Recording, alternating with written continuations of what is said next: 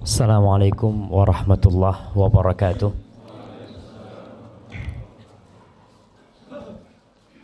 Alhamdulillah alladzi waffaqana li ta'atihi wa arsyadana ila sabili rusydih. Segala puji bagi Allah Jalla Jalaluh yang telah memberikan taufik kepada kita untuk taat kepada Allah, untuk patuh kepada Sang Pencipta. Kita bisa datang ke masjid ini, mendatangi kajian, itu karena kebaikan Allah kepada kita. Kadangkala ada manusia yang merasa sudah berbuat baik kepada Allah. Ya, siap. Kayaknya dimiringin gitu. Ini buat mana? Yang ini suara dalam. Masya Allah. Iya. Sampai mana kita jamaah? Terkadang ada manusia di antara kita nih yang merasa udah berbuat baik. Padahal kebaikan yang dia lakukan tuh bisa dia lakukan karena Allah Jalla Jalaluh. Kita bisa sholat karena Allah memberikan taufik kepada kita bisa sholat. Kita bisa datang ke rumah Allah ini karena Allah memberikan petunjuk kepada kita. Ini hari Sabtu mungkin sebagian sibuk kerja, tapi kita milih datang ke tempat ini. Itu karena kebaikan Allah kepada kita. Maka tiada yang pantas untuk dipuja dan dipuji melainkan hanya Allah semata. Bahkan tidak sah salat seorang hamba tanpa mengatakan alhamdulillahi rabbil alamin. Allahumma salli wa sallim wazid wa barik wa an'im ala habibikal mustafa wa nabiyikal mujtaba nabiyina wa sayyidina Muhammad. Ya Allah, semoga salawatmu, semoga salam berkah dan nikmatmu senantiasa kau curahkan untuk hamba kekasihmu, untuk baginda Nabi kita Muhammad sallallahu alaihi wasallam, yang pada dasarnya beliau tidak butuh dengan salawat kita. Allah sudah bersalawat kepada beliau. Malaikat-malaikat Allah udah bersalawat kepada beliau. Tapi Allah ingin memberikan kehormatan kepada orang-orang yang beriman, agar mereka banyak-banyak bersalawat kepada Rasul sallallahu alaihi wasallam. Allah berfirman, innallaha wa malaikatahu yusalluna 'alan nabi. Sesungguhnya Allah dan para malaikatnya bersalawat kepada Nabi. Ya ayyuhalladzina amanu sallu alaihi wa sallimu taslima. Wahai orang-orang yang beriman, ingat, yang dipanggil hanya yang beriman. Yang tidak beriman silahkan ditutup kupingnya. Karena ini panggilan khusus. Allah tujukan buat hamba-hambanya yang khusus. Itu yang beriman. Apa kata Allah? Sallu alaihi wasallimu taslima. Kalian bersalawat dan bersalamlah kepada Rasul sallallahu alaihi wasallam. Kita seringkali membaca di Al-Quran, ya ayyuhalladzina amanu. Coba saya mau tanya, berapa kali Allah sebutkan ya ayyuhalladzina amanu di Al-Quranul Karim? Saya mau kasih hadiah nih, mumpung ada hadiahnya di sini jamaah. Jamaah, kita ini ngaji, hatam ya, tapi terkadang ngelewat tuh ya ayyuhalladzina. Kalau lewat ya ayyuhalladzina amanu, kata Ibnu Mas'ud radhiyallahu taala anhu, idza sami'ta ya ayyuhalladzina amanu fa'riha sam'ak. Kalau kau mendengar ya ayyuhalladzina amanu, rungokno. Kata seperti itu. Dengarkan. Fa imma khairun tu'mar bihi. Setelah ya ayyuhalladzina amanu itu ada satu dari dua hal. Kebaikan yang engkau dikasih tahu sama Allah agar kau mengamalkannya. Atau ancaman dan keburukan yang Allah ingin memperingatkanmu supaya kau gak kena sama bahaya itu. Maka sekali lagi kalau kita baca Quran pas lewat ya ayyuhalladzina amanu berhenti. cari terjemahan. Nih Allah panggil aku nih. Aku nih beriman. Aku yakin bahwasanya Allah panggil aku. Cari buku terjemahan. Kalau nggak punya terjemahan, berangkat ke ustadz, berangkat ke masjid Al-Mina. Datang ustadz nih, kok Allah panggil aku di sini, ya ayyuhalladzina amanu qu anfusakum wa ahlikum nara.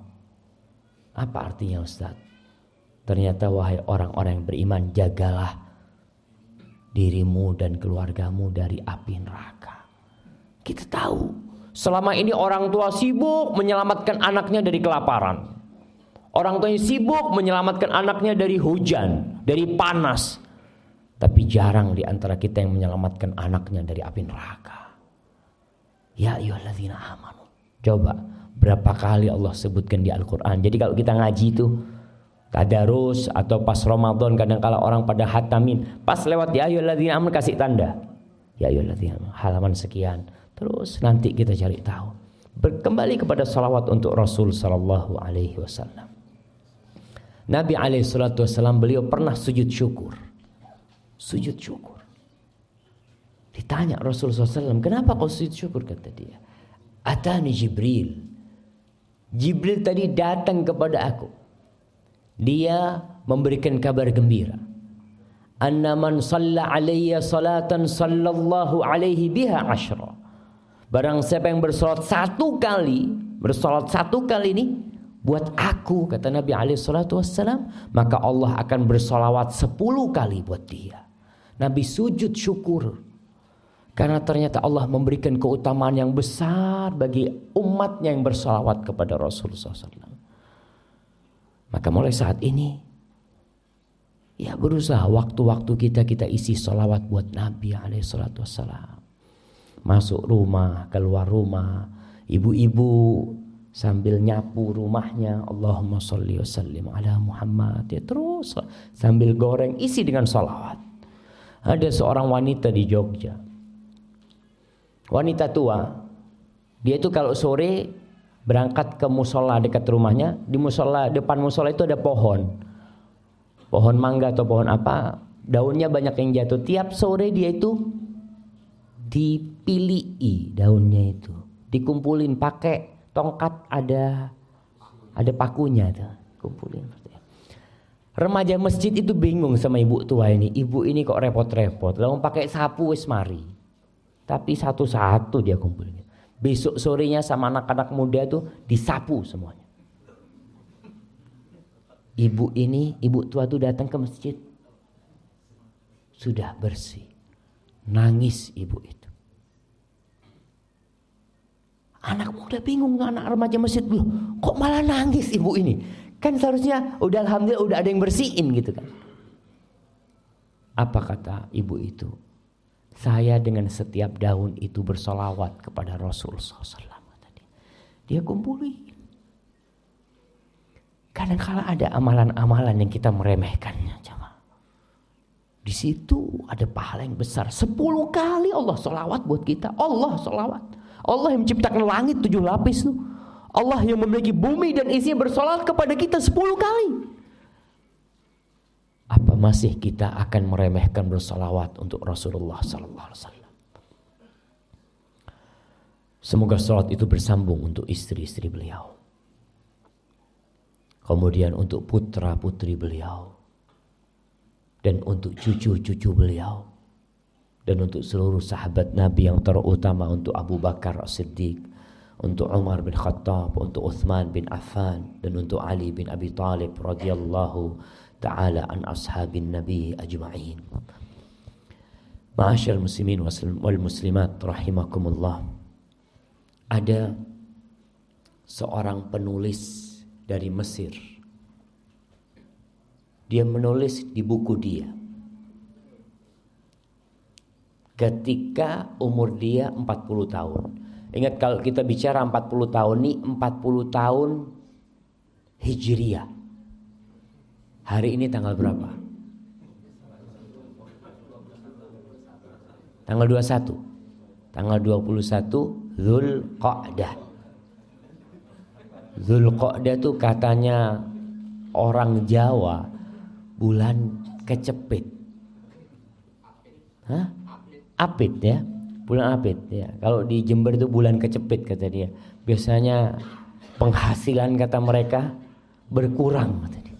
Dagangan ya kalau hasilnya biasanya banyak. Betul itu terjadi karena memang Dzulqa'dah ini di antara 2 hari raya. Di antara Syawal dan Dzulhijjah. Jadi orang ngumpulin duit buat Dzulhijjah. Sudah dia nggak banyak belanja, dia persiapan buat korban dia seperti itu. Dzulqa'dah. Jadi kita bicara 40 tahun tuh 40 tahun Hijriah. Saya mau tanya nih, ada orang yang umurnya 50 tahun Hijriah. Saya mau kasih hadiah. Yang sudah 50 tahun. Berarti kita harus tahu tanggal lahir secara Hijriah. Jangan meremehkan bulan Hijriah jemaah. Bulan Hijriah ini alhamdulillah di sini ditaruh di atas, biasanya ditaruh di bawah tuh. Tuh bulannya kita umat Islam. Umat Islam semua peradaban, semua umat itu punya kalender. Semuanya. Dan itu bebas karena semua umat umpamanya orang-orang Romawi, orang-orang Masehi punya penanggalan yang dibawa Masehi. Masehi itu artinya Kristus. Karena memang terhitung dengan lahirnya Nabi Isa alaihi salam yang diklaim oleh mereka sebagai anak Tuhan. Itu bermulanya dengan tanggalan Masehi. Orang Cina punya kalender sendiri. Apa kalendernya orang Cina? Hari rayanya orang Cina apa namanya? Imlek. Mereka punya seperti itu. Kemudian orang Yunani punya sendiri. Orang Jawa punya. Kalau orang Jawa biasanya ada Pahing, Wage, Pon, Kliwon, itu penanggalan Jawa. Islam punya penanggalan sendiri. Dan kita orang Islam pun harus bangga dengan penanggalannya. Maka kembali saya tanya, siapa yang hafal tanggal lahirnya Hijriah? Insyaallah. Tanggal berapa lahir? Masya Allah 1399. Kapan mulai tahu itu mas?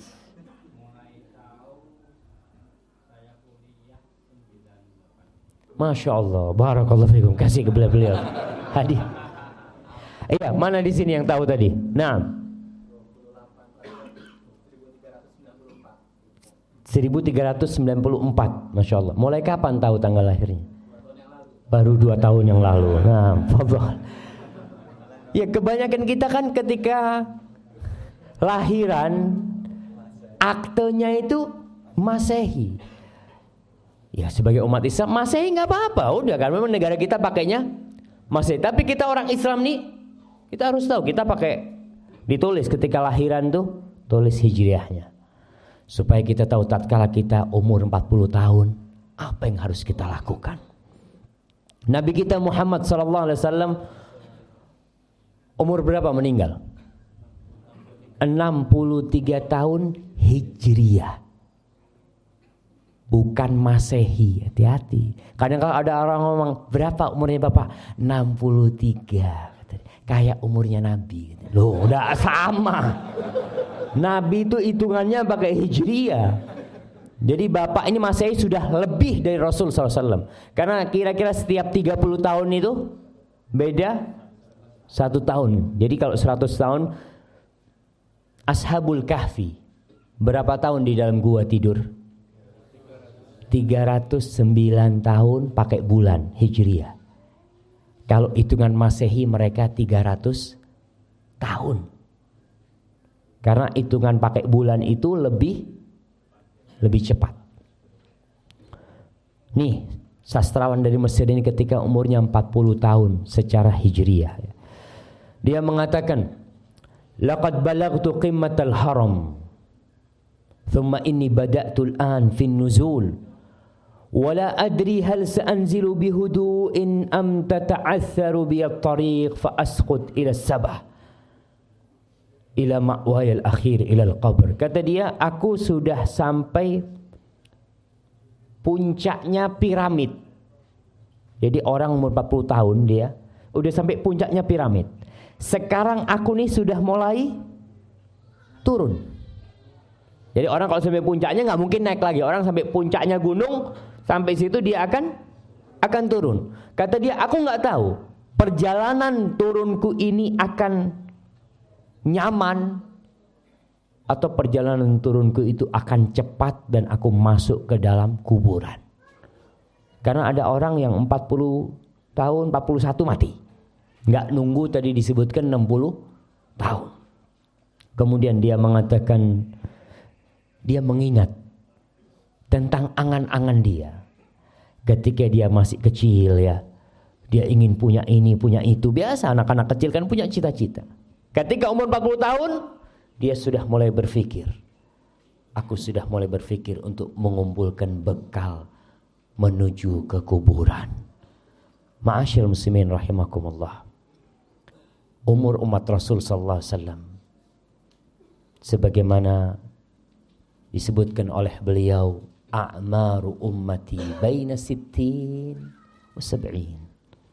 Umur umatku itu antara 60 sampai 70. Wa aqalluhum man yajuzu dzalik. Sedikit yang lewat dari 70 sedikit. Maka saya mau kasih hadiah kepada yang lewat 70 tahun. Masya Allah. Masya Allah kayaknya. Bapak, ini hadiah buat bapak Pak ya. Masya Allah. Fadl kasihkan ke bapak itu. Masya Allah. Berapa? 92 tahun. Tinggal satu jemaah. Wa aqalluhum. Kata Rasulullah SAW, sedikit yang lewat 70 tahun itu sedikit. Alhamdulillah. Kita dibuktikan oleh Allah Subhanahu wa taala ada salah seorang di antara kita yang umurnya lebih dari 70 tahun. Itu nikmat dari Allah Subhanahu wa taala. Karena kata beliau alaihi salatu wassalam, khairun nasi man tala umruhu wa hasuna amaluhu.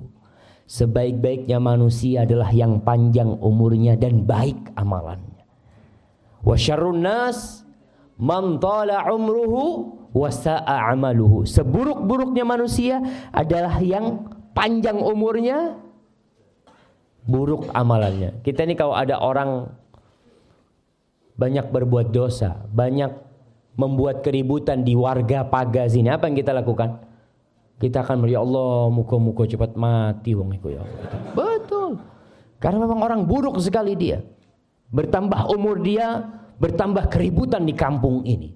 Tapi ketika dia mati, selesai. Ma'asyiral muslimin rahimakumullah.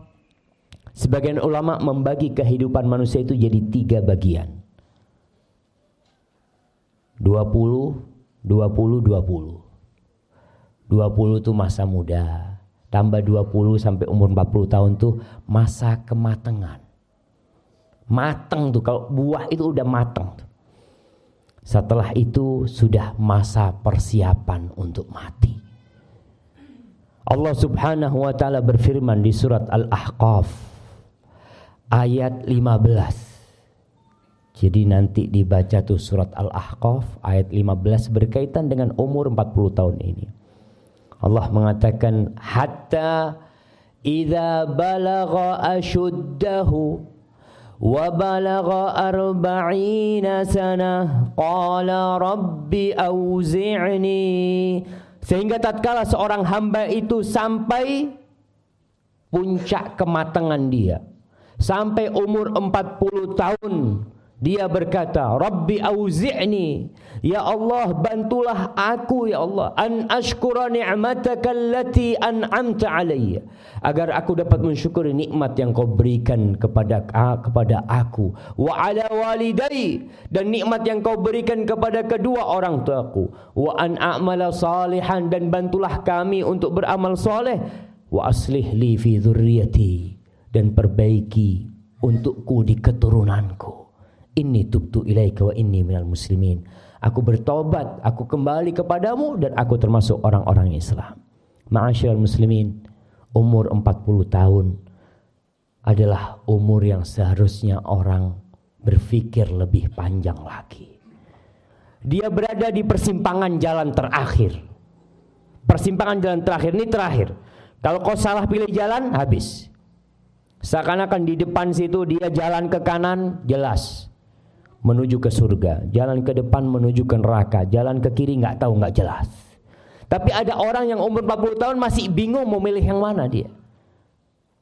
Sehingga terkadang dia melangkahkan kakinya menuju ke neraka Allah. Na'udzubillahi minan nar. Kata dokter, orang kalau sudah umur 40 tahun makannya nggak pakai mulut.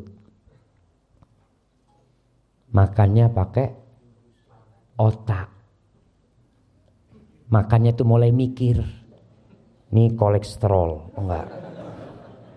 Ini gula. Ini asam urat. Enggak lah, anak nasi sama telur asin aja. Iya, mulai dia berpikir. Enggak sembarangan dia makan. Karena dia tahu organ-organ di tubuhnya tidak seperti ketika dia muda. Enggak sama. Ketika umur 25 tahun, sate kambing 50 tusuk habis. Umur 40 tahun sate kambing, enggak lah sate ayam aja. Udah mulai dia berpikir. Nah, harus dia berpikir. Karena demi kebaikan dia sendiri. Itu enggak haram, enggak. Tapi dia ingin yang lebih baik buat dirinya. Kemudian dalam urusan agama, dia harus bersiap-siap. Sudah lewat tuh 40 tahun Allah kasih umur kepadaku. Apa yang aku lakukan selama ini? Imam Bukhari di dalam kitab sahihnya membuat bab man balagha sittina sanah faqad a'dzarallahu ilaihi fil umr. Bab berkaitan dengan orang yang umurnya 60 tahun tuh Allah telah memberikan uzur kepada dia, memberikan alasan kalau dia enggak bertobat untuk diazab kelaknya. 40 tahun lewat sampai umur 60 tahun belum tobat-tobat tuh bahaya yang seperti itu. Allah berfirman di surat Fatir ayat 37. Ini Imam Bukhari menyebutkan ayat ini. Wa hum yastarikhuna fiha. Orang-orang yang berada di dalam api neraka itu menjerit, berteriak. Rabbana akhrijna, ya Allah keluarkan kami dari api neraka ini untuk apa? Na'mal salihan ghairal ladzi kunna na'mal. Agar kami bisa beramal soleh tidak seperti amalan yang dulu pernah kami amalkan. Lalu dikatakan kepada orang-orang yang masuk neraka nih, yang diazab di sana. Awalam nu'ammirkum ma yatadzakkaru fihi man tadzakkara ja'akumun nadhir. Bukankah kami sudah memberikan umur kepada kalian? Udah ditambah waktunya, udah ditambah kesempatannya, peluangnya. Para jamaah, modal kita dalam hidup ini bukan uang, umur. Kalau masalah uang, orang punya uang 1 triliun, umurnya habis, selesai. Uangnya selesai, ditinggal sama dia. Allah katakan, bukankah kami telah memberikan umur kepada kalian? Tapi sayangnya tidak ingat kecuali orang yang memiliki hati dan mengingat Allah Subhanahu wa taala. Wa ja'akumun nadhir, dan telah datang kepada kalian peringatan. Apa peringatan itu? Disebutkan oleh Abu Hurairah radhiyallahu taala an bahwasanya Ibnu Abbas mentafsirkan an-nadhir, peringatan itu adalah asy-syaib, uban. Antum punya uban? Kalau bercermin ya Allah, udah tua saya. Itu peringatan. Kenapa Rasul sallallahu alaihi wasallam melarang menyemir uban dengan warna hitam?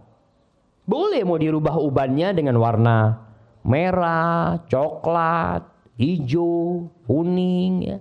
Boleh, tapi enggak boleh dengan warna hitam. Supaya kau itu ingat wis tuwek. Orang kalau semir hitam merasa muda gitu. Tapi ketika dia ngelihat putih, dia berasa jamaah. Anda sendiri ketika nyisir jenggot kelihatan, ya Allah, udah ada ubannya, subhanallah. Supaya sadar kalau kau itu sudah hampir waktunya. Itu peringatan dari Allah Subhanahu wa taala. Ma'asyiral muslimin rahimakumullah. Hushaim Ibnu Abdul Bar menceritakan, ada salah seorang ulama yang menyemir rambutnya dengan hitam, jenggotnya dengan hitam. Lalu didatengin sama salah seorang. Orang ini tanya, ini alim ulama nih yang nyemir dengan warna hitam. Hushaim bin dikatakan kepada dia, Ustaz, ana mau bertanya tentang tafsir firman Allah. Wa ja'akumun nadhir, telah datang kepada kalian peringatan. Apa makna peringatan itu? Kata Hushaim, qad qila lahu innahu syayb.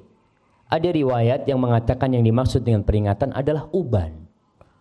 Lalu penanya itu bertanya lagi kepada gurunya ini, bagaimana pendapatmu, wahai guruku, apabila orang didatengin oleh peringatan itu, kemudian dia semir dengan hitam? Maksudnya gurunya.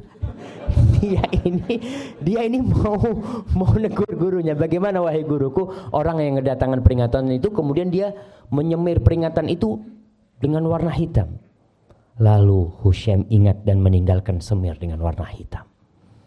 Kadangkala kita ini nggak kepingin tua jemaah. Takut dengan ketuaan itu. Nggak bisa. Tua tuh pasti datang. Mau kembali muda. Laita syabab ya'udu yauman. Nggak bakal balik tuh yang namanya masa muda. Ma'asyiral muslimin rahimakumullah. Al-Hajjaj Ibn Abdullah Al-Hakami, salah seorang penguasa Bani Umayyah di Damaskus, di Suriah ya. Semoga Allah memberikan kekuatan kepada saudara-saudara kita kaum muslimin yang ada di Suriah di sana dan menurunkan pertolongan mereka. Kata Hajjaj bin Abdullah Al-Hakami mengatakan, taraktul ma'asi wadh-dhunub 40 sanatan hayaan minan nas. Aku meninggalkan dosa dan kemaksiatan selama 40 tahun karena malu sama orang. Malu sama orang, aku meninggalkan kemaksiatan itu. Thumma taraktuha hayaan minallah tabaraka wa ta'ala. Kemudian setelah 40 tahun aku meninggalkan dosa karena malu sama Allah subhanahu wa ta'ala. Bayangkan, Allah kasih umur sama engkau, Allah kasih rizki sama engkau, terus Allah kasih, kau tetap berbuat dosa. 40 tahun Allah kasih kesempatan kepada engkau berbuat dosa.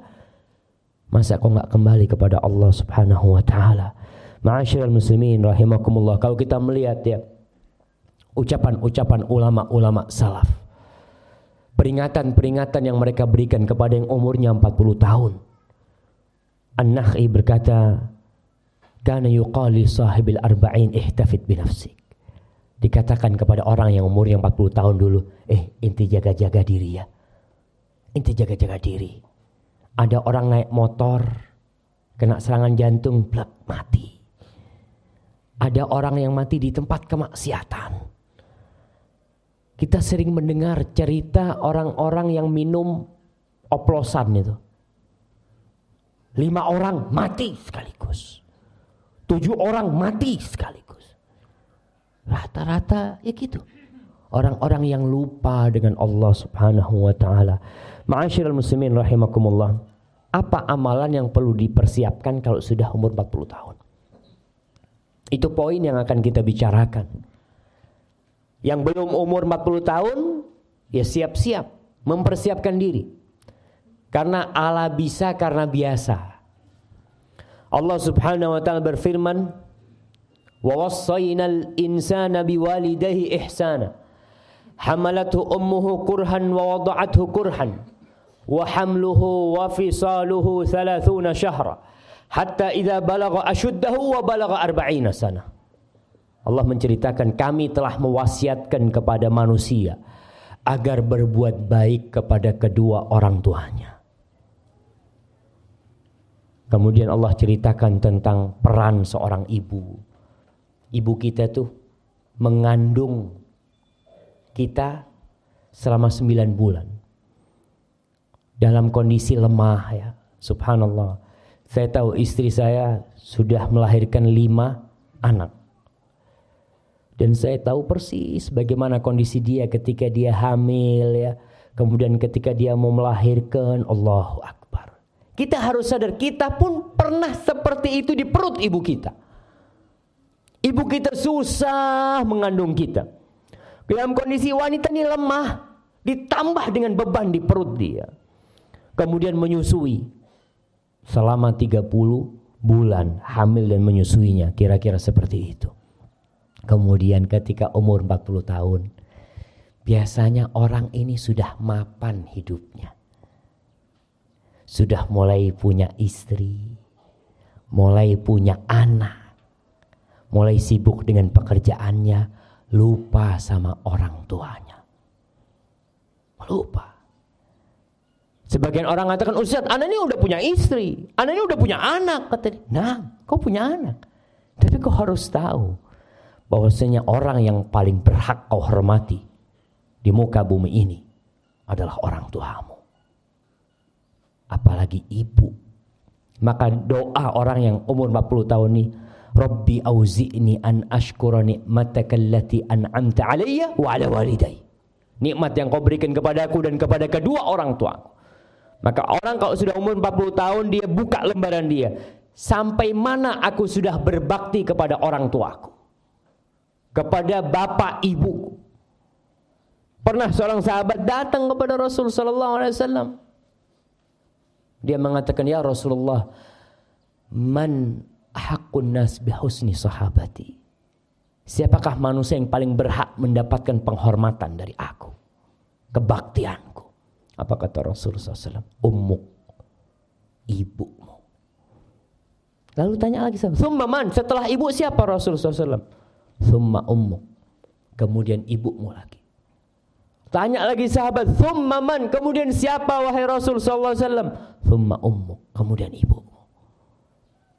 Tanya lagi yang keempat, summa abuk, baru setelah itu bapakmu. Istri di mana? Di bawah bapak. Apalagi anak-anak. Kalau ada 100 orang yang harus kita hormati di muka bumi ini, yang pertama ibu, yang kedua ibu, yang ketiga ibu, jamaah. Sekali lagi, orang kalau sudah umur 40 tahun banyak sibuk sama keluarganya. Jarang berkunjung ke tempat orang tuanya. Telepon jarang, punya rezeki lupa sama orang tuanya. Karena berpikir ya saya sudah punya keluarga sendiri. Ingat, walaupun engkau jenderal bintang 4, jenderal bintang 4, punya pasukan 1000, 10.000 pasukan, ketika engkau di hadapan ibumu, pangkatmu hanya anak, nggak lain. Engkau akan dipanggil nak, dan engkau akan panggil ibu kepada ibu. Masyaallah ikhwah rahimakumullah. Maka coba kita lihat, apakah kalau kita punya rezeki kita sudah hadiahkan kepada orang tua kita? Kita beli mobil, kita beli ini, beli itu, beliin istri kita, beliin anak-anak kita, tapi kita lupa tidak membelikan orang tua kita. Anak-anak minta beli sesuatu, kita antar, istri kita antar. Ketika ibu, nah ibu kepingin ini, nah oh ya bu, masih belum ada duit. Masyaallah ikhwah. Maka orang yang dekat sama orang tuanya, umpamanya dipagani, ada orang-orang yang Masya Allah tinggal satu komplek sama orang tuanya, ketemu sama orang tuanya seminggu sekali. Kata dia, iya Ustaz, anak sibuk Ustaz, anak punya pekerjaan. Nah, ibumu sibuk 9 bulan kau dikandung oleh ibumu dalam kondisi dia harus masak, dia harus ngepel, dia harus nyapu, dia harus mempersiapkan rumah demi engkau. Apakah kau sekarang mengatakan sibuk dengan pekerjaanmu, lupa sama orang tuamu, sama bapakmu? Pernah seorang sahabat nih, udah tua renta, dia datang kepada Rasulullah SAW, mengatakan, ya Rasulullah, ada anak muda yang datang. Anak muda datang kepada Nabi mengatakan, ya Rasulullah, inna abi akhadha mali. Wahai Rasulullah sallallahu alaihi wasallam, bapakku ngambil hartaku. Bapaknya ngambil harta anaknya. Akhirnya kata Rasulullah SAW, panggil bapakmu. Dipanggil bapaknya, udah tua, bapaknya datang. Kita katakan anak kalau sudah umur 40 tahun mulai mapan hidupnya sudah. Datang. Wahai orang tua, nih anakmu melaporkan kau ngambil harta anakmu. Si bapak ngomong, ya Rasulullah, apa enggak boleh aku ngambil harta dia? Apa enggak boleh aku ngambil harta dia ya Rasul? Aku yang membesarkan dia. Aku yang enggak tidur malam demi dia. Aku yang merawat dia, yang ngasih makan dia. Apa enggak boleh ya Rasulullah? Ketika dia sudah besar, ketika dia sudah memiliki harta, enggak boleh bagi aku ngambil harta dia. Tanyakan kepada dia, untuk siapa aku berikan harta dia? Subhanallah. Rasul sallallahu alaihi wasallam mengatakan kepada orang ini, anta wa maluka li abik. Kau, tubuhmu semua ini dan semua hartamu milik bapakmu. milik orang tuamu. Jadi kita terhadap orang tua kita itu jamaah, subhanallah. Mau minta apa orang tua kita kasihkan kalau kita milik. Butuh mobil, fadl Pak. Apa kalau butuh mobil? Butuh motor, fadl Pak. Kadang kita berpikir, Ustaz, ini kan buat masa depan anak-anak, subhanallah. Anak-anak tuh belum berbuat baik sama kita sama sekali. Tapi orang tua kita yang berbuat baik kepada kita sampai kita jadi orang nih, kita lupa sama dia. Maka yang punya orang tua jauh, kunjungin orang tuanya. Datang kepada mereka. Kita gak akan bisa membalas kebaikan orang tua kita. Ada seorang tabi'in yang menggendong ibunya dari Yaman. Sebagian mengatakan menggendong ibunya dari Khurasan untuk haji. Ketika tawaf dia mengatakan inni ana lahal ba'irul mudhallalu. Aku nih buat ibuku nih adalah kendaraan yang tunduk. Yang selalu dia datang kepada Ibnu Umar radhiyallahu taala anhu, wahai Ibnu Umar, kira-kira aku sudah balas enggak kebaikan ibuku? Apa dikatakan kepada dia? Wala zafratun min zafaratiha. Desahan ketika dia sakit hendak mengeluarkanmu dari perutnya, itu satu belum kau balas. Satu. Apalagi yang lainnya. Ada lagi yang datang kepada Umar bin Khattab mengatakan bahwasanya dia merawat ibunya, memandikan ibunya, mengantarkan ibunya ke toilet, ya selalu dia yang ngerjakan semuanya. Kira-kira sudah enggak aku balas kebaikan ibuku yang ibuku dulu melakukan itu kepadaku? Katakan kepada dia, lah, enggak sama yang kau lakukan sekarang dengan yang ibumu lakukan untuk. Enggak sama. Ibumu melakukan ini kepadamu ketika kau kecil dengan harapan engkau bisa hidup, dan engkau melakukan itu sekarang kepada ibumu dengan harapan ibumu cepat mati. Banyak orang yang merawat ibunya ketika tua renta, yang ada dalam hatinya, bagaimana ibuku cepat mati. Tapi tatkala ibu kita merawat dan membesarkan kita, yang dia harapkan kalau bisa nyawa dia berikan kepada kita. Maka yang sudah umur 40 tahun, lihat masa-masa dia dulu, apakah dia sudah berbakti sama orang tuanya. Maka doa nih, orang yang umur 40 tahun itu baca doa, Rabbi auzi'ni an ashkura ni'mataka allati an'amta alayya wa ala walidayya. Ya Allah, aku bisa kayak gini karena Engkau ya Allah. Aku bisa memiliki rumah, bisa kerja ini karena Engkau ya Allah. Dan beri aku ya Allah kekuatan untuk bisa berbakti sama orang tua aku. Minta sama Allah Subhanahu wa taala.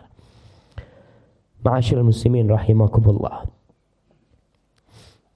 Kemudian yang kita minta kepada Allah, wa an a'mala salihan tardah. Bantu aku ya Allah untuk bisa beramal soleh. Yang mungkin dulu sholatnya jarang-jarang, yang mungkin dulu sholatnya di rumah ya, yang laki-laki sekarang umur 40 tahun masjid. Kita dipanggil nih, hayya 'alas shalah, hayya 'alal falah, tetap di rumah. Nonton TV ya. Kemudian ngobrol, ngopi mungkin. Dipanggil sama Allah SWT, hayya 'alas shalah nih. Yang manggil itu yang menciptakan kita, jemaah. Kita kalau dipanggil sama bos kita, dipanggil sama bos nih, Assalamualaikum, fulan ya, kau sekarang ke kantor, kata dia, siap, berangkat. Padahal kita berangkat dengan kaki pemberian Allah Subhanahu wa taala. Kita memegang HP itu dengan tangan pemberian Allah Subhanahu wa taala. Kita memandang dengan mata pemberian Allah Subhanahu wa taala. Kenapa tatkala yang memberikan semuanya kepada kita, minta kita ke rumahnya, ini rumah Allah Subhanahu wa taala, kita malas datang ke situ. Berat. Allah Akbar. Apa sih yang dicari? Kau dipanggil sama bosmu cuma digaji 3 juta, 5 juta, kau begitu bangganya. Kau bisa tahu bahwa harga tanganmu ini miliaran. Harga matamu itu miliaran. Jantung yang berdetak pun miliaran. Kita lebih taat kepada makhluk daripada kepada pencipta kita.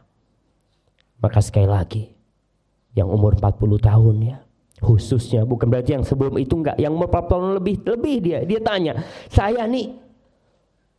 selama setahun ini berapa kali sholat di masjid? Mungkin cuma Jumatan saja. Mulai sekarang tidak. Ibu-ibu ketika azan dikumandangkan berhenti dari semua pekerjaannya. Ini bisa ditunda. Banyak di antara ibu-ibu kalau ada kerjaan rumah itu nunggu kerjaannya selesai.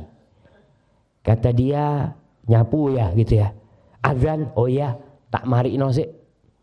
Habis nyapu lihat oh ada piring-piring kotor. Oh iya tak cuci piring sih. Terus habis cuci piring anaknya datang pulang. Oh ngasih makan dia. Sholat zuhur baru jam 2 kadang-kala. Karena sibuk dengan pekerjaan. Jangan sudah. Nih Allah nih. Hayya ala sholah. Di antara amal soleh yang paling mulia apa? As-sholatu ala waktu. Sholat tepat waktu. Banyak bapak-bapak yang qanaah kalau urusan akhirat. Qanaah. Kalau urusan dunia kita, kalau ada gaji 1 juta. Mamanya nih, bapak kerja di rumah bapak, gajinya 1 juta. Tapi bapak kerja di pinggir jalan sana buka toko, gajinya 27 juta. Milih mana? Berangkang dia milih pinggir jalan. Nah apa pinggir jalan? 27 juta Ustaz. Tapi kenapa kalau sholat di rumah dapat berapa pahalanya? 1. Di masjid berapa? 27. Kita milih, ya nggak apa-apa lah Ustaz, saya milih yang 1 aja Ustaz. Subhanallah. Ma indakum yanfat wa ma indallahi baq. Yang ada di diri kalian tuh akan sirna dan habis semua. Apapun yang kalian miliki. Tapi yang di sisi Allah itu yang akan kekal dan abadi. Ma'asyiral muslimin rahimakumullah. Sedekah. Kita lihat tadi ada kotak amal lewat. Iya. Lihat tuh. Ketika kotak amal lewat, kita bawa duit 1 juta ratusan sama 2.000. 1 juta ratusan sama 2.000 perak tuh. Yang mana yang ditaruh jamaah? Yang 2.000. Yang 2.000. Padahal 2.000 ini yang bakal dia jumpain. Tidak sedikit orang-orang nanti ketika hari kiamat yang dia temuin di catatan amalannya cuma 2.000-an. 2.000. Kok cuma 2.000 aja kata dia. Aku punya uang 1 miliar kok nggak ada di sini. Betul, kau tinggal uang itu. Kau tinggal uang itu. Dan seharusnya orang berpikir ketika umur 40 tahun, apa yang aku akan persiapkan? Sebagian ulama memisalkan nih, orang umur 40 tahun itu seperti orang yang berangkat umroh. Berangkat umroh berapa hari biasanya? Ya, biasanya 9 hari lah. Umumnya itu 9 hari atau 12 hari. Yang 9 hari. Ketika kita sampai sana, kita kan bawa tas, bawa koper macam-macam ya. Ke sana, hari ketiga, hari ke-6, biasanya hari ke-6, ke-7, ke-8 persiapan mau pulang. Kita sudah packing. Hati-hati. Jadi mau pulang sudah insya Allah. Besok jangan lupa barang-barangnya dipak semuanya. Ini orang bawa uang 1 miliar. Ketika sudah mulai packing bajunya ya, dia masukin semuanya. Uang 1 miliar itu ditinggal sama dia di hotel.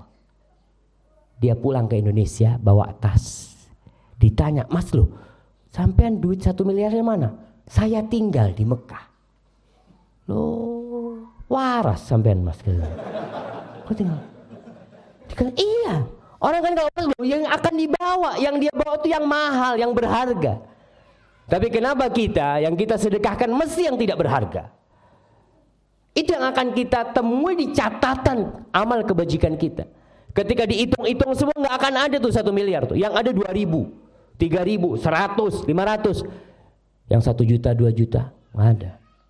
Nggak dia masukkan ke sana. Maka ma'asyiral muslimin, Allah Subhanahu wa taala mengingatkan kepada kita. La tulhikum amwalukum wala auladukum an dzikrillah. Jangan terlenakan harta kalian dan anak-anak kalian dari zikrullah. Salah satu amalan yang harus dilakukan orang yang umur 40 tahun, sedekah. Banyak-banyak sedekah. Punya rumah 5, 1 sedekahkan. Enggak dilarang, kita kaya itu enggak dilarang, jemaah enggak. Kita mau punya rumah 5, punya rumah 7, punya perusahaan 3, punya mobil 10. Nggak dilarang untuk kaya itu. Tapi ingat, yang kau mau bawa itu yang mana? Allah Subhanahu wa ta'ala mengatakan, Alhaakumut takatsur hatta zurtumul maqabir. Kalian disibukkan dengan banyak-banyakan harta itu sampai mati akhirnya. Nggak ada yang dibawa sama kalian. Rasul sallallahu alaihi wasallam mengatakan yadba'ul mayyit thalath. Ada 3 yang akan mengantarkan kita ke kuburan. 3. Kalau orang mati itu 3 akan ikut ke kuburan. Yang pertama, maluhu wa ahluhu wa amaluhu. Mal, harta dia. Harta itu akan ikut ke kuburan. Kalau orang kaya biasanya yang ngantarkan ke kuburan banyak apa sedikit? Banyak. Kalau orang terkenal, artis yang ngantarkan ke kuburan banyak apa sedikit? Banyak. Ahlu, keluarganya ikut semua ke kuburan. Dan bersama amalnya juga ikut ke kuburan. Yarji'ul ithnan wa yabqa wahid. Harta dan keluarganya akan pulang. Pulang mah. Semuanya pulang. Sampai anak yang mencintai orang tuanya ini. Kalau kita punya anak berbakti sama kita. Ketika kita mati, kita akan dimasukkan ke kuburan, diinjak-injak di kuburan, ditinggal sama anak kita. Ditinggal. Nggak akan ada anak yang menemani orang tuanya di kuburan. Terus bersama siapa kita? Cuma bersama amal kita. Rumah yang kita bangunkan besar, nggak kita bawa. Mobil mewah yang kita beli, sawah-sawah yang berhektar-hektar kita miliki, nggak ada yang dibawa. Maka kita kalau sudah umur 40 tahun minta wa an a'mala sholihan, ya Allah. Bantu aku agar aku bisa beramal soleh, ya Allah. Yang nggak pernah sholat sunnah, tambah sholat sunnahnya. Karena mungkin dulu sebelum 40 tahun banyak sholat-sholat kita yang kurang benar. Yang pertama dihisab pada hari kiamat apa? Sholat. Kalau sholatnya benar, semua amalnya benar. Kalau sholatnya kurang, akan disempurnakan dengan sholat-sholat sunnah. Waktunya kita memperbanyak sholat sunnah. Kemudian puasa sunnah. Mungkin dulu kita pernah nggak puasa, kita pernah badung dulu, pernah nggak benar ya dengan puasa itu. Wa aslih li fi dzurriyyati. Kemudian kita berdoa nih orang yang umur 40 tahun, ya Allah perbaiki aku di anak keturunanku. Karena terus terang anak itu juga termasuk penyambung amal kita. Bapak-bapak kepingin punya anak berapa? Yang banyak kalau punya anak. Karena kalau semakin banyak peluang untuk didoakan sama anak kita semakin besar. Anaknya 1 preman, 1 jadi preman anaknya nanti. Apa akan mendoakan orang tuanya? Kok orang tuanya? Dirinya sendiri tidak pernah dia doakan. Maka bagaimana kalau punya anak 10? Masya Allah. Orang-orang dulu itu jemaah nggak ada yang takut punya anak banyak. Kalau saya lihat keluarga ibu saya 7, keluarga bapak 9, keluarga fulan banyak-banyak anaknya. Nggak takut dengan masalah rezeki. Padahal pekerjaan mereka lebih susah dari pekerjaan kita. Tapi barokah mereka. Karena mereka yakin yang ngasih rezeki siapa? Allah Jalla Jalaluhu. Bukan orang tuanya yang ngasih rezeki itu. Kita kalau berpikir yang ngasih rezeki itu kita, nggak bisa kita ngasih makan anak kita. Orang baru nikah gajinya 1 juta, ada yang 700 gajinya. Punya anak, kalau dia berpikir nanti kalau anak saya kuliah ya apa ya? Anaknya baru lahir dia mikirin kalau kuliah gitu kan. Biarin nanti tuh rizkinya tuh akan datang tuh. Ada yang ngatur rizkinya. Allah yang memberikan rizki. Wa aslih li fi dzurriyyati, Allah perbaiki keturunanku. Dan ingat orang tua, anak itu adalah amanat dari Allah Subhanahu wa taala. Tadi ayat yang kita bacakan, ya ayyuhalladzina amanu qu anfusakum wa ahlikum nar. Wahai orang-orang yang beriman, jaga diri kalian dan keturunan kalian, keluarga kalian dari api neraka. Banyak orang tua yang anak perempuannya jadi pelacur, naudzubillah min dzalik. Dan biasa dibawa oleh lelaki gonta-ganti ya, lelaki yang membawa dia dibiarin sama orang tuanya. Bahkan orang tua kalau melihat anak perempuannya di rumah, nak Kok gak ada yang bawa, nak? Subhanallah. Subhanallah. Ingat jamaah, kalau kita punya anak yang jadi pelacur umpama, yang jadi preman, dan kita tidak mendidik mereka, jangan harap masuk surga.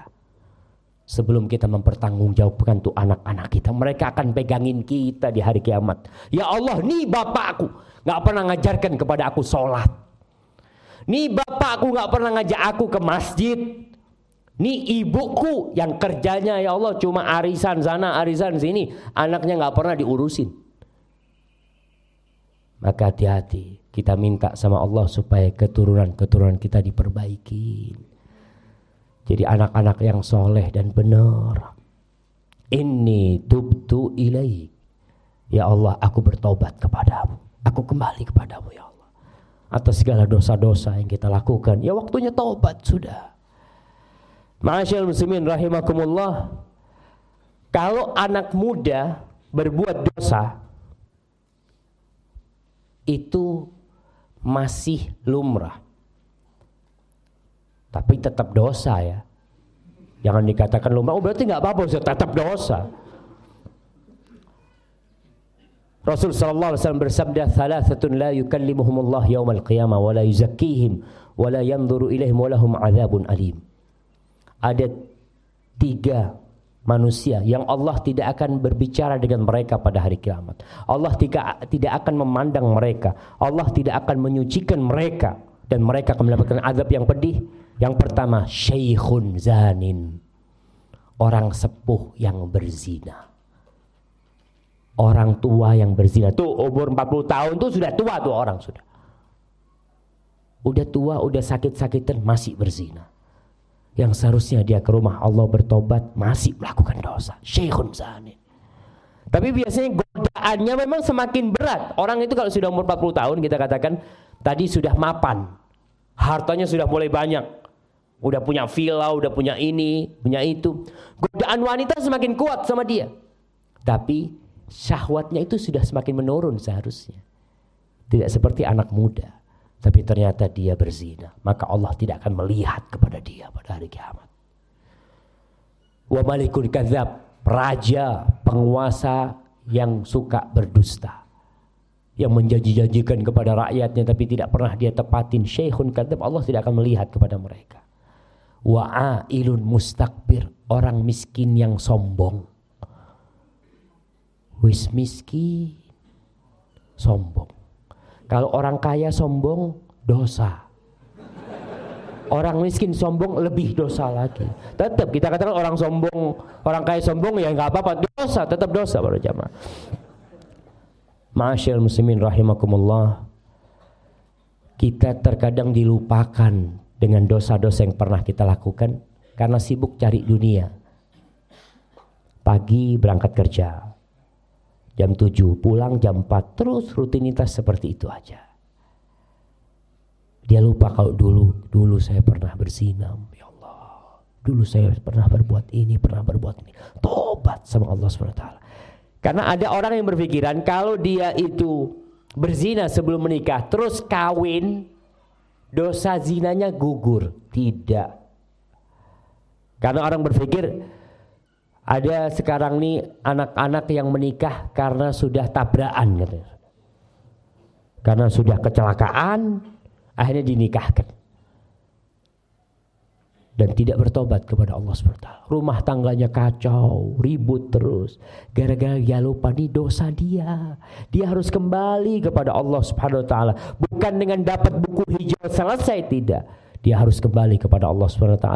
Dan Allah akan menerima tobat yang orang-orang yang bertobat. Maka kita harus ingat lagi. Ma'asyiral muslimin rahimakumullah. Yang terakhir di doa ini, seorang yang sudah umur 40 tahun mengatakan, wa inni minal muslimin.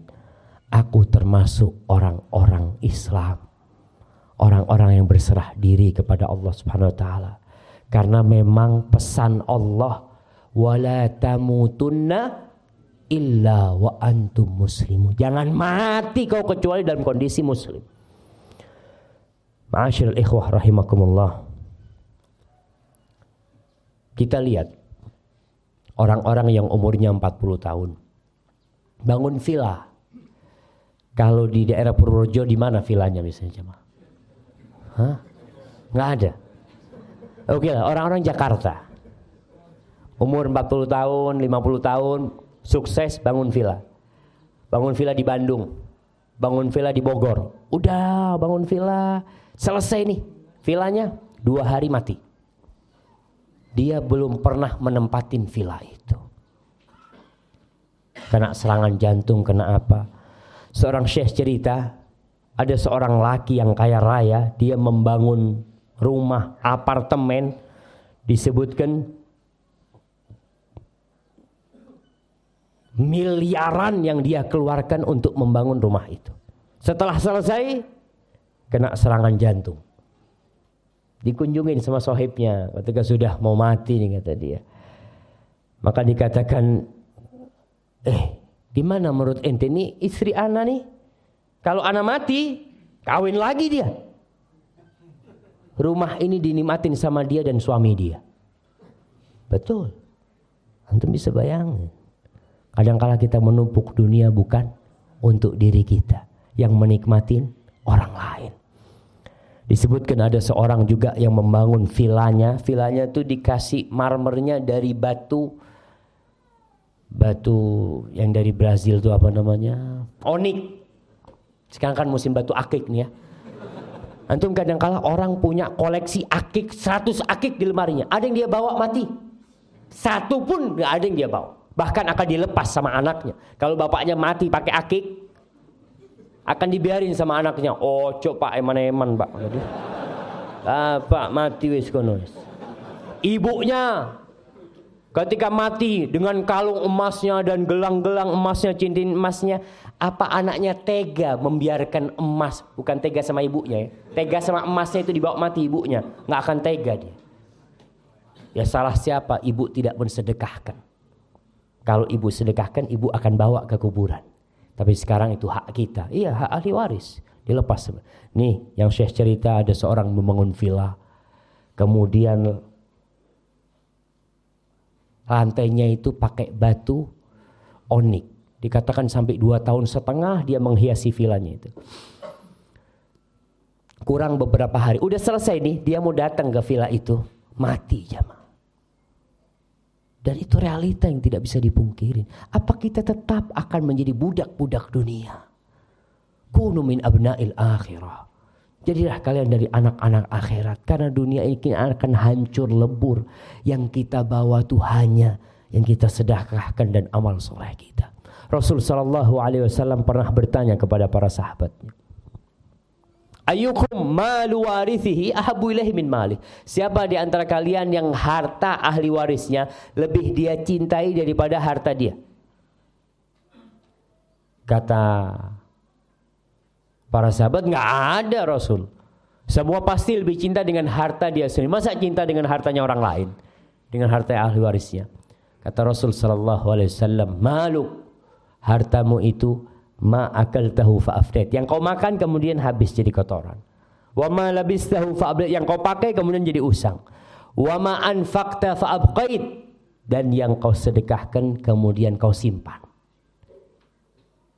Selain itu adalah hartanya ahli waris. Rumah walaupun sertifikat atas nama kita, perusahaan milik kita, semua sandal yang kita pakai, semua yang milik kita itu akan kita tinggal kecuali yang kita sedekahkan. Ma'asyil ikhwah rahimakumullah.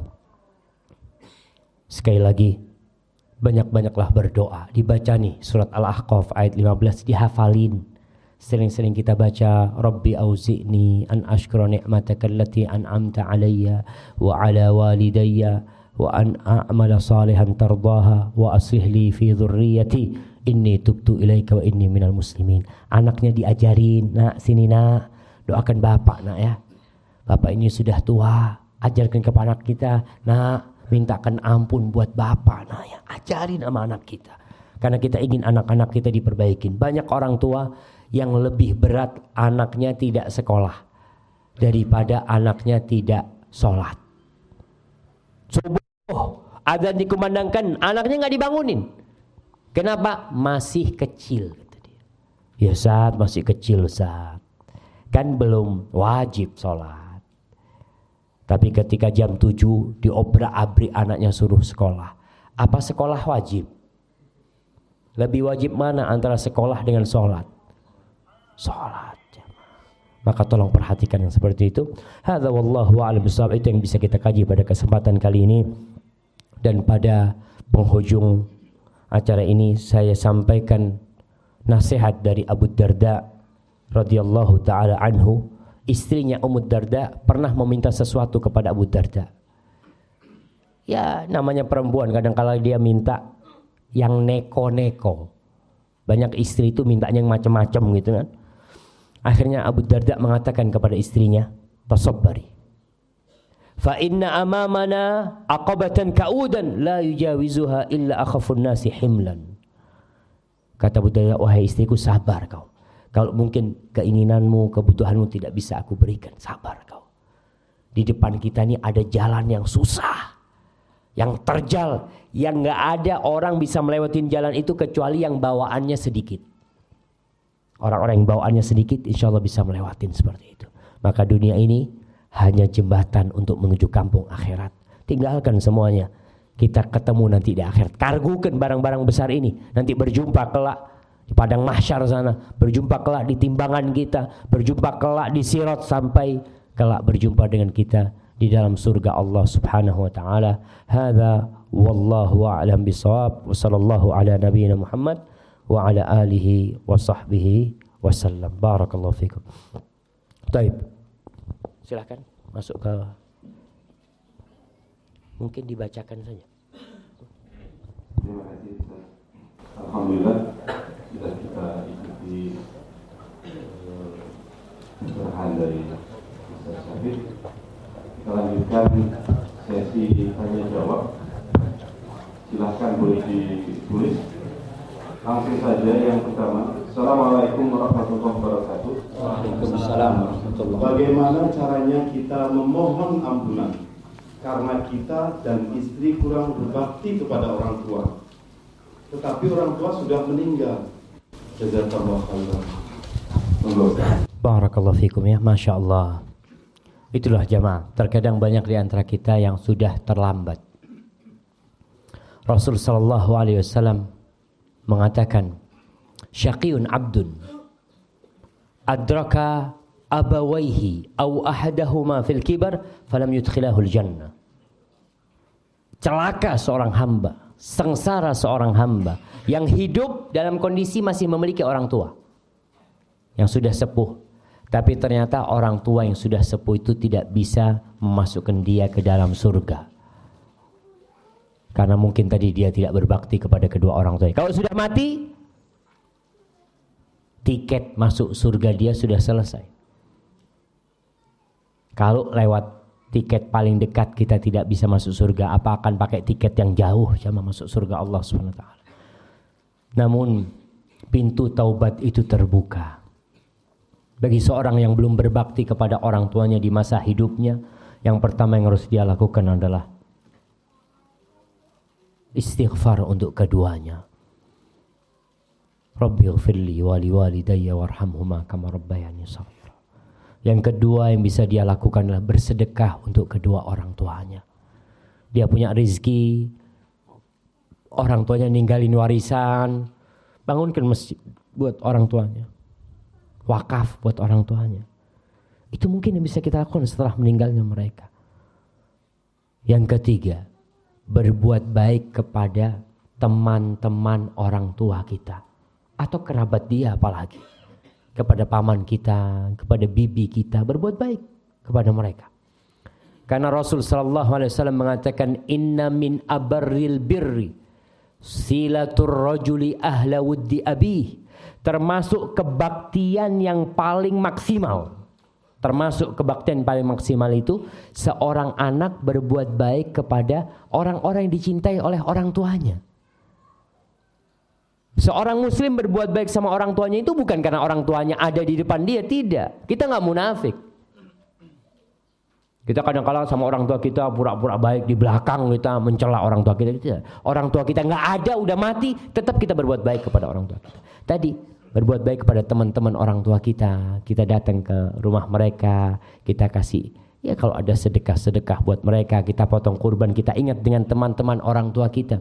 Itu termasuk kebaktian yang bisa kita lakukan untuk orang tua yang sudah meninggal. Wallahu a'lam bishawab. Nah. Terima kasih. Assalamualaikum warahmatullahi wabarakatuh. Waalaikumsalam. Bagaimanakah sikap saya seandainya dilarang sama suami untuk datang ke kajian, sedangkan suami belum tidak mau diajak? Itu yang pertama, Ustaz. Yang kedua, apakah Ustaz Syafiq adanya Ustaz Dr. Khalid MA? Terima kasih.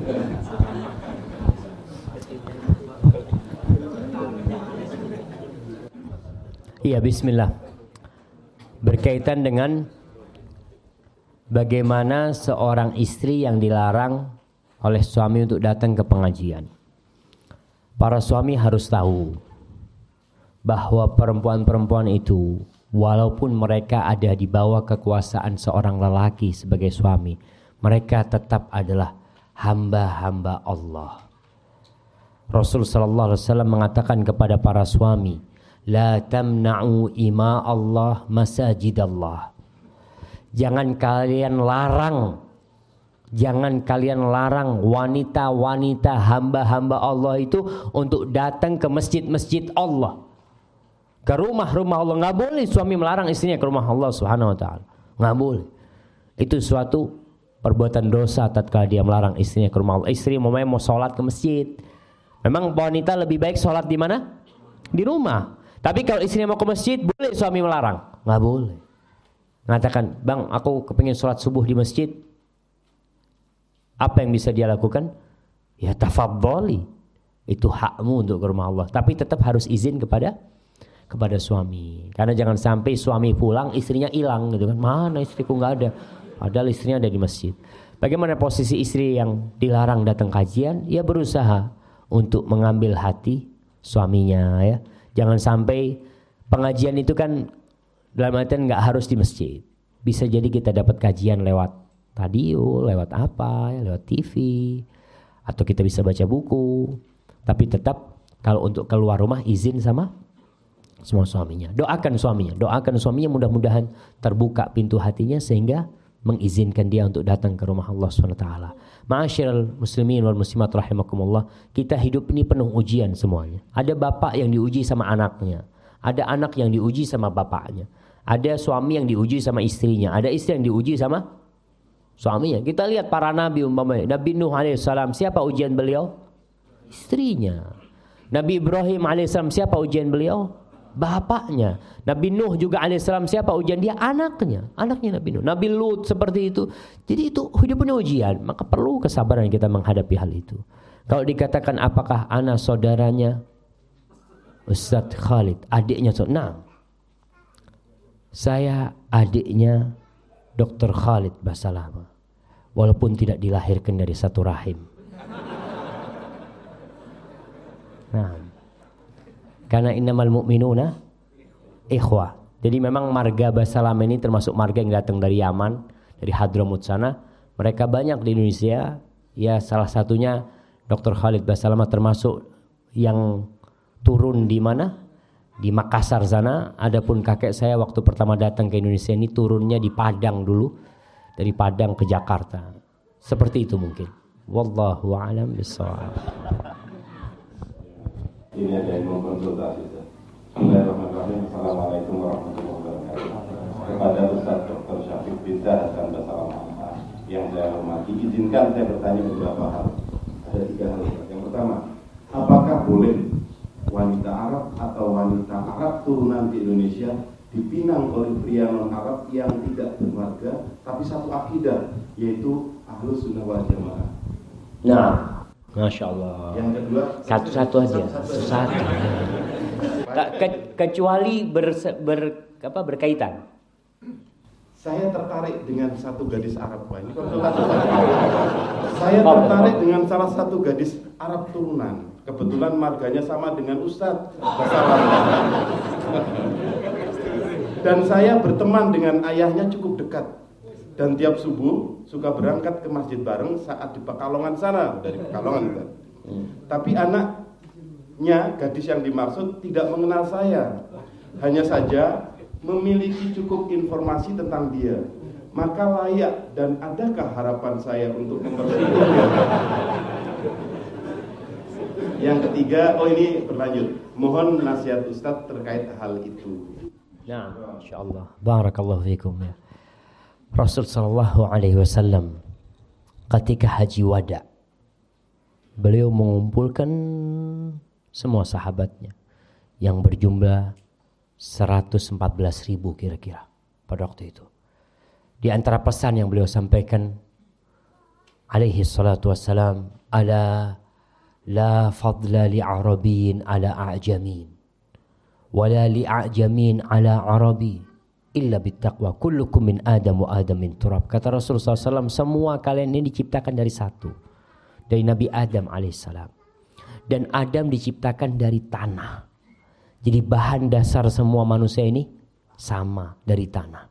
Maka tidak ada kemuliaan orang Arab atas orang non-Arab, dan tidak ada kemuliaan orang non-Arab atas orang Arab ya. Kadang-kala orang mengatakan saya Arab, kamu bukan Arab, seakan-akan dia kasta lebih rendah. Orang-orang kulit putih umpamanya memandang orang-orang negro sebagai orang yang lebih rendah dari dia. La fadla, enggak ada keutamaan illa bittaqwa. Yang menjadi standar keutamaan dan kehormatan seseorang adalah takwa kepada Allah SWT. Terus bagaimana kalau mau menikah dengan orang Arab? Boleh-boleh aja kalau diterima. Seperti itu masalahnya. Jadi kita ini jangan sama orang Arab, sama orang non Arab pun sama-sama non Arab ngelamar itu boleh kalau diterima. Kalau nggak diterima ya pulang ya mah. Dan orang nolak itu macem-macem. Kadang-kala nih orang lelaki ini apa ya, nggak nyambungan gitu ya. Apa istilahnya? Orang mudeng. Ada datang nih melamar ya anaknya orang, masya Allah. Kemudian orang tua yang ngomong, maaf anak saya belum mau nikah, seperti itu. Oh, saya tunggu gitu dia. Oh, saya tunggu. Itu suruh pulang sudah maksudnya. Kok ditunggu? Kadang-kadang orangnya ngomong, anak saya masih mau sekolah. Oh, enggak apa-apa. Berapa tahun saya siap menanti gitu kan. Mas, sampean ditolak, Mas, artinya itu Mas. Kecuali mertuanya ngomong, calon mertua ngomong ini sama dia, anak saya masih mau sekolah. Apa sampean siap menunggu? Ah, itu diterima. Tapi kalau cuma ngomong mau sekolah berarti ditolak antum. Dan harus gentle seorang laki. Udah kalau ditolak gitu ya. Kayak tadi umpamanya dia mau melamar keluarga bahasa lama. Karena memang orang Arab ini kadangkala lebih suka menikahkan anaknya dengan sesama mereka. Itu nggak apa-apa. Orang Padang kepingin nikahkan anaknya sama-sama orang Padang. Orang Sunda kepingin seperti itu, hal yang wajar, kembali kepada keinginan dari pihak keluarga tersebut. Tapi Rasul sallallahu alaihi wasallam memang memberikan kepada kita standar. Kalau kau ingin menikahkan anakmu, jangan melihat kepada itu, lihatlah kepada agama dan akhlaknya. Orang-orang Arab kenapa kok jarang mau menikahkan anak perempuannya dengan selain Arab? Kadangkala kesian sama cucunya, karena cucunya nanti tidak akan membawa marga. Takut sama sepupu-sepupunya itu dia dikucilkan seperti itu. Ya itu termasuk salah satu pandangan yang karena kesian sama cucunya gitu loh. Kalau nanti mamanya dipandang ini nggak ada marganya ini, seperti itu. Dalam orang Arab biasanya nyebut orang Jawa itu akhwal. Orang Arab kalau nyebut orang Jawa itu akhwal. Akhwal itu dari asal kata khol yang artinya bibi dari ibu. Karena orang Arab ketika datang ke Indonesia, mereka tidak bawa istri. Dia menikah dengan orang Jawa, orang Sunda, orang Padang, menikahlah dengan orang Indonesia. Ketika anaknya bertanya, Pak ini siapa? Dikatakan akhwal, saudara-saudara ibumu gitu loh. Seperti itu ucapan yang mereka lakukan. Jadi sebenarnya itu wajar sekali kalau ketika mereka menolak, nggak mau nerima antum, ya antum harus sabar. Bukan karena antum nggak layak diterima, mungkin ada pertimbangan-pertimbangan yang lainnya. Antum kalau sudah dekat sama orang tuanya, bismillah. Kekuatan doa itu tidak terbendung. Kalau antum minta sama Allah SWT, Allah tinggal kun fayakun.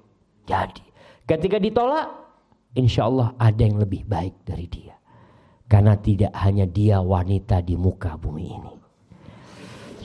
Jadi nasihat ana buat dia, bismillah, antum istikharah, antum musyawarah. Kalau belum siap untuk ditolak, yang jadi masalah kadang-kala orang itu siap diterima, nggak siap ditolak. Kalau belum siap ditolak, jangan minta anak dia. Kalau antum nggak siap ditolak, cari wanita lain. Tapi kalau antum siap, saya siap. Kalau berarti saya ditolak, bukan jodoh saya, bismillah, berangkat. Insya Allah itu akan jadi baiknya, apalagi kalau perempuan itu adalah wanita yang soleha seperti itu. Hadza wallahu a'lam bishawab. Jika ada seorang suami melakukan perzinahan dengan istri orang lain, lalu orang lain tersebut menceraikannya, apakah laki-laki ini boleh menikahi wanita tersebut yang telah diceraikan? Dan bagi istrinya, apa boleh minta cerai? Nah, na'udzubillah min dzalik ya.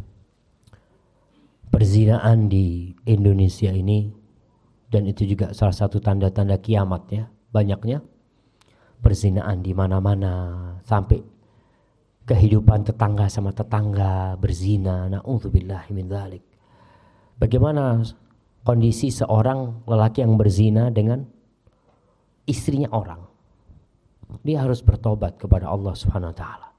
Bukan dengan menikahi, sekali lagi bukan dengan menikahi jandanya tuh lelaki perempuan itu, kalau diceraikan sama suaminya kemudian dia boleh nikah, ini secara hukum boleh-boleh aja. Tapi dosa zina itu tidak selesai dengan dia menikahin seperti itu. Kemudian si istri, apakah si istri berhak meminta cerai kalau suaminya berzina?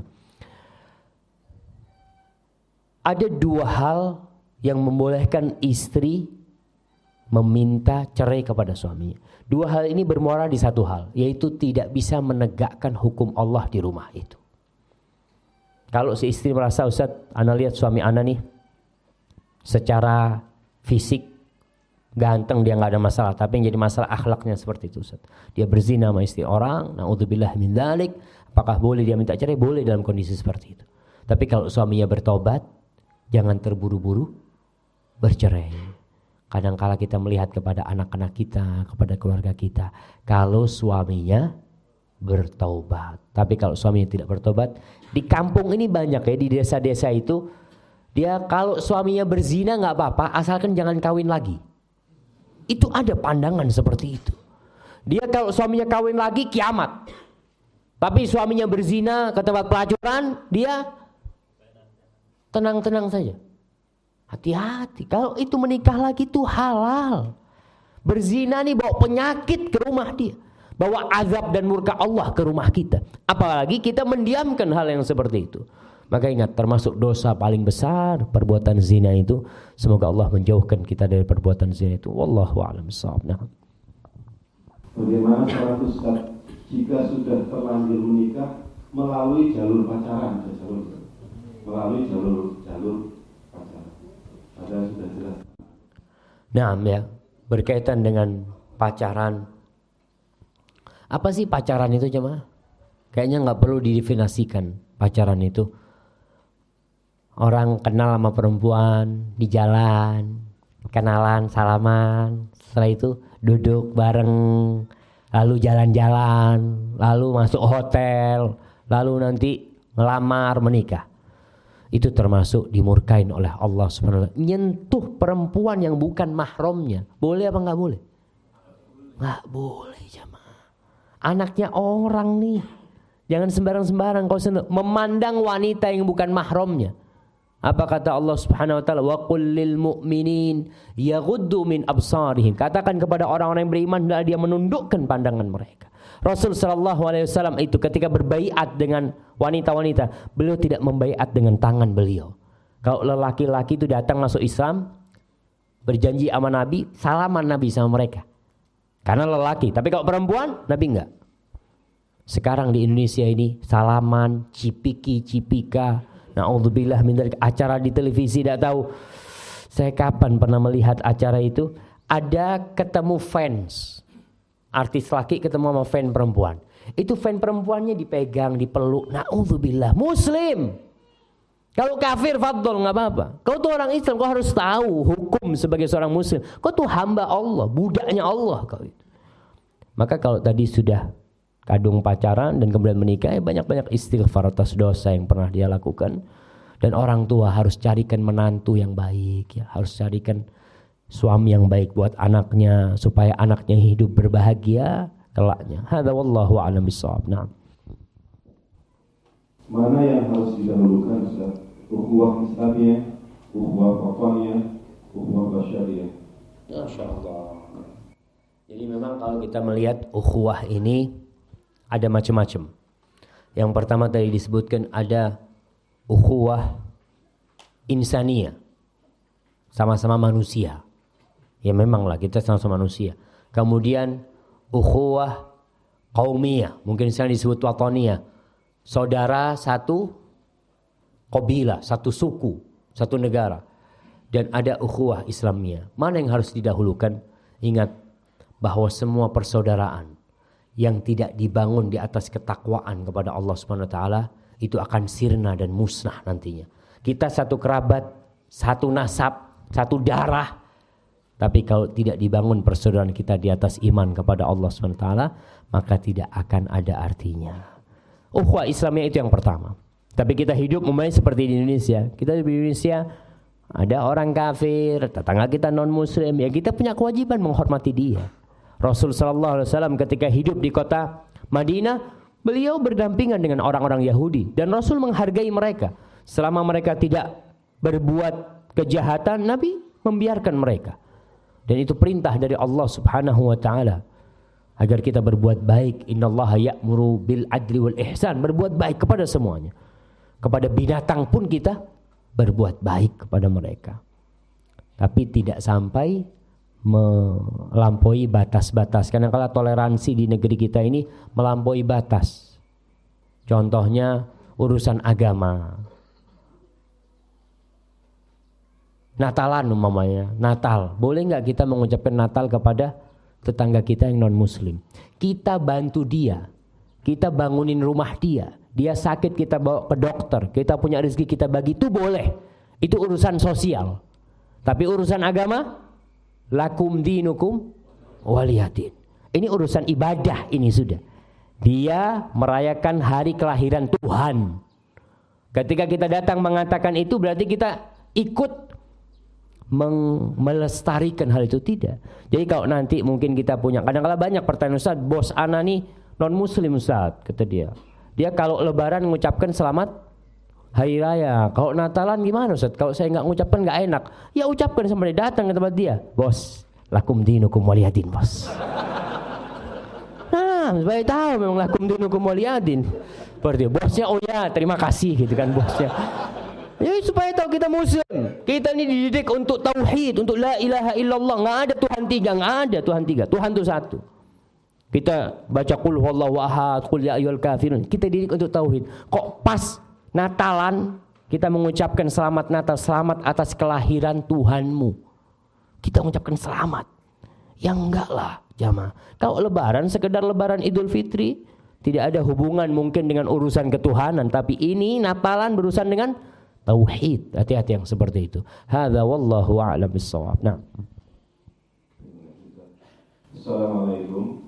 Ustaz mau tanya, bagaimana mengatasi seorang istri yang selalu cemburu, Ustaz? Insyaallah. Ini yang mewakili semua ini. Masya Allah, Masya Allah. Cemburu itu berlandaskan cinta. Jadi kalau seorang istri cemburu kepada suaminya, itu wajar, asalkan tidak berlebihan. Kalau cemburu sudah berlebihan jadi setan yang ada was-was.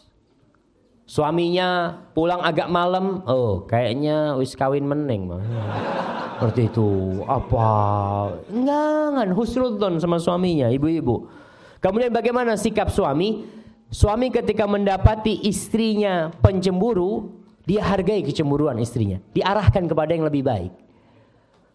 Jadi masalah kadang-kala istri ini cemburu sama keluarga suami.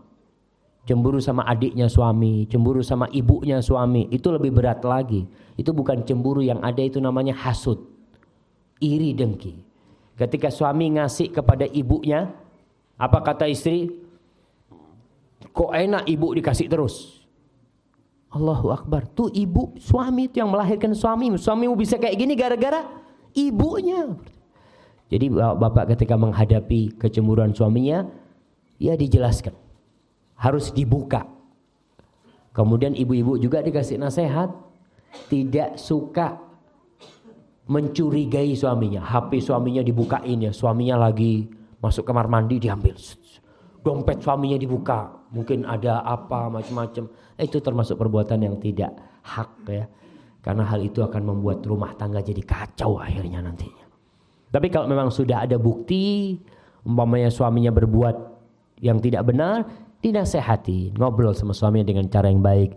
Dan kalau mau ngasih nasihat suami ibu-ibu, jangan menggurui. Karena suami-suami di sini nggak suka diguruin. Iya, lelaki itu egois tuh. Jangan kalau suaminya punya salah, baru datang kerja, Mas, sini Mas, duduk sini. Ada yang ingin saya sampaikan.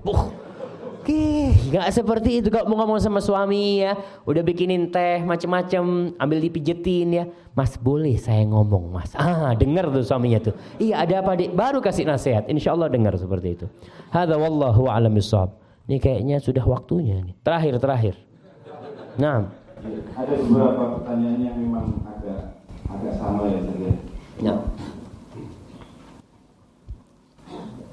Ini kayaknya Assalamualaikum Ustaz. Waalaikumsalam. Tanya, adakah tuntunan untuk sholat sunnah tasbih? Bolehkah kita melaksanakannya? Mohon penjelasan. Nah, berkaitan dengan sholat sunnah tasbih, ada beberapa hadis yang diriwayatkan dari beberapa sahabat tentang sholat sunnah tasbih. Sebagian ulama mensahihkan hadisnya.